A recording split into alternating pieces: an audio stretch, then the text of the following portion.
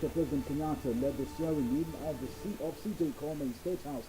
However, the president also threw salvos at the same judiciary during the Madaraka Day celebrations. Speak to us and share your feedback on the relationship between the executive and the judiciary through our SMS line 111 on our social media handles at Sweet TV Kenya or at Lincoln Wambogo. Remember to use the hashtag tipping point so we could keep this conversation as interactive as possible. My guest tonight, Richard Onyonka, MP, Kitutu Chache, and of course, Ruben Kagai, a lawyer and political analyst, and Zach.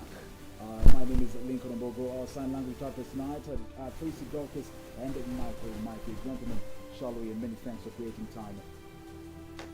Thank you very much. I'm happy to be here. Now, my first question is, since 2018, why did the president have taken so long to appoint these judges? Essentially, the matter of appointment of the judges has always been controversial from the beginning.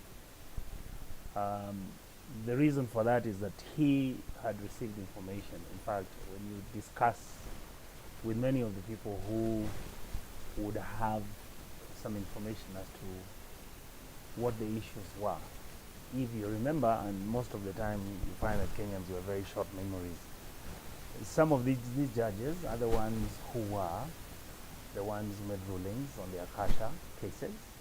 Some of them had made rulings on matters which were extremely controversial. I think to a large extent, Uhuru did what he should have done 2 years ago, and that is pick the ones that you feel qualified and leave the ones that you feel were not qualified. Now, my director is telling us to take a look at what the president had to say during this Madaraka celebrations. Yes. Take a look. Nullification of a presidential election in 2017 to an attempt to stop the will of the people as expressed through the BBI. The judiciary has indeed tested our constitutional limits. While I stand by the rule of law, and I will always obey the decisions of the courts, I am also compelled by my position to heed the sovereign and supreme voice of the people of Kenya. And that is why our national conversation today must focus on the consequences of choice. The appeal shall be heard on 29th and 30th of June 2021. And lastly, the hearing shall be in open court at a venue to be arranged in compliance with the COVID-19 protocols. The president seems to say consequences of choice. Now, my question is, whose win is it? The executive, the judiciary, or the people, Nurdin? You know, in essence, what has happened today is an illegality. Let us be honest. Because you see, there is a court order where the president cannot cherry pick who to gazette and who not to gazette. So he had to appoint all of them. Let me tell you something. You see, by the time those names get to him, there's a process under the JSC. And in the JSC, he has a representative. All right? There's the AG there. If there are any concerns, they should be raised at the JSC level. That is what people are saying. So you see, the problem is nothing was raised at that level. So once it goes to the president, his role is entirely ceremonial. There is a court order in that effect. He says he's going to follow the law. Sadly, there's a court order saying that he cannot cherry pick, but there were actually 41. One is dead. Yes. So there are now 40. So 34 have been gazetted. 6 are remaining. So you see, some would say this is more or less a personal vendetta. You realize, at the end of the day, if there were any questions to be raised, it was during the committee stage at the JSC level. Since none was raised then, and the names were forwarded to him, his role is ceremonial, and there's a court order. So he should follow the court order, because if he says now he has information, then clearly the guys who collect intelligence for him are sleeping on their job. It takes them 2 years later to realize that, oh, there's a problem. Clearly, they're sleeping on their job. So we have to, you know, the problem is we have to be a country that observes the law. You know, going forward, sadly, the current government, there are so many court orders that are not observed. And that's not a good precedent.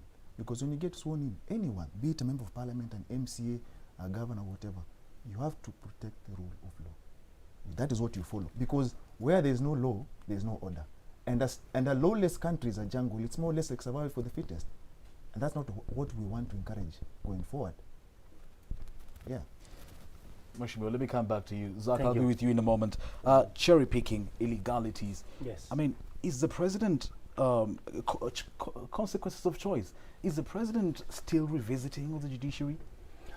You know what is interesting is that it's very easy for us to look at the Kenyan scenario and be selective in terms of what you call legal and what's not legal. As a member of the opposition, we disagreed with the ruling. I mean, we agreed with the ruling that Magara gave to actually have Uhuru go back to the elections.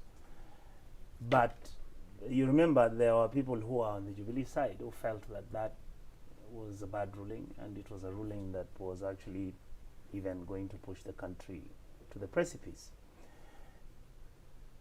I believe that Uhuru is free to actually use that ruling as something that he didn't agree with, even though he obliged with it, right? That's why I think he said that I am always going to follow the law. The second issue that I wanted to clarify with my brother is that the issues which came out of the judiciary at the time when this controversy started was because that there was an issue which was raised, that there were certain judges who had issues which were outstanding, and Uhuru didn't feel that it was necessary to pass the whole list. I understand what my brother is saying, and that is that he couldn't cherry pick from that list. Now, again, the courts are free for the matter to be taken to court and let the due process take place. According to me, the Constitution does not actually tell the president that he cannot cherry pick. It just says that the names, once they've been released by the Judicial Service Commission, then the president shall approve them and allow the judges to start acting as judges. The problem that you have is that there are certain there's certain leeway and certain space that the president has, which allows him, and I may not agree with this decision, but you see, my understanding, and I look at, sometimes I look at Kenyans and I hear all of you talking about the rule of law. My brothers, what has just happened to America? Which rule of law is there?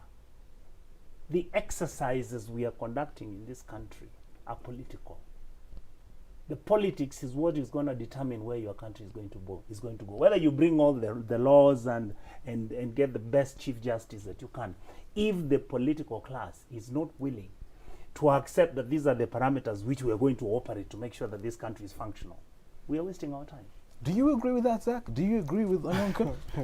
Onayo, I thank you for that, my friend, the host. You know, I don't agree with what Mheshimiwa is saying. To me, the president is another way is trying to sabotage not only the judiciary but the country. Why is it that these judges were not picked during Maraga's regime? As everybody was waiting for that, but it happened in Kome's regime. There is something that the president was avoiding that is not yet to come out. What's that? Some judges who were left, if you follow keenly, they must be somewhere they have mentioned about the executive, not following the court orders, not following what the constitution requires for them to do. The president, the best thing he could have done, he could have appointed the list as it was forwarded to him. I agree with my friend here, Wakili. You know, the president has a team of National Intelligence Service, which gives him all the information. We cannot lie to ourselves. Since the list was forwarded to him to this moment, that is now when Maraga is out, when now there is a complaint about 2-3 of the people of the judges. So I don't agree. I think the president, the problem we have with our president is one person. Mheshimiwa will keep on saying that the president is not allowed, he can cherry pick, but the president should be. Our Kenyan president should follow court orders and he should follow our constitution. And gentlemen, Nurdin, I asked you earlier, Yeah. whose win is it? The executive the judiciary, or the people? I like the way he took the conversation. He's very honest. You see, the win clearly, like he said, you see, like I keep telling you, there is politics in everything in this world, in your marriage, at work, everywhere. And so there is a political angle to this. So the winner is obviously the one who was cherry-picked, right? Not you and I, all right? Because the winner is the executive. Because some of the names that are left out are good judges actually. And if you look at some of the rulings judges have made, some of them are actually good judges. You see, the problem is, the question that is asked is, during the vetting process, the president failed to prove his case against them. The question was, what is this that you have that they cannot ascend, to the next office? And he said, whatever I have is sensitive and I cannot share with you. So the moment you can't share that with the JSC, then you have nothing. And the law is very clear. You can call me a thief, but if you can't prove it, then I'm not a thief. You realize? So the moment you fail to prove your case during the vetting process and the names are forwarded to you, his role, people are forgetting that this is a new constitution. The 2010 constitution is different. His role is purely ceremonial. Gazettement. But Mheshimiwa Onyonka says that the president is at liberty of cherry picking. There is no liberty. There's no such liberty. Because he can't decide you will go and you won't go. It's the same thing as once the name is forwarded to, let's say, the CJ. The Jubilee government tried to change the law so that they can have 2 or 3 names forwarded to them. But the law says only one. And once that name goes to the president, it's final. You have a ceremonial role. You cannot then retract the process. So we are forgetting that this is a new dispensation and a new constitution. People are struggling. I fear for him because he's struggling to understand the new constitution. It is different from what is there because sadly, he is the first president to undergo the new constitution fully in his term. Courtesy of devolution and et al. So some of the advisors are not awake to the fact that it's a new constitution, a new country. So they are fighting and trying to find ways of how they can outmaneuver the constitution. You can't. And once this goes to court, I'll tell you for free.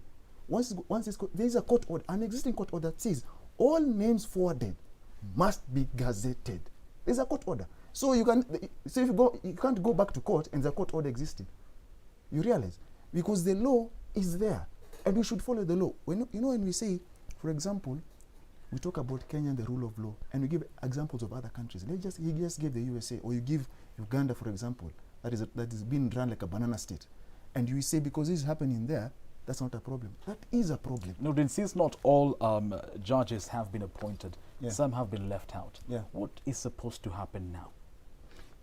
The exercise in itself is an illegality. There is no way some will go and some will remain. It's either it stops there, or you send all the names. You cannot cherry pick. There is no legal basis of cherry picking them.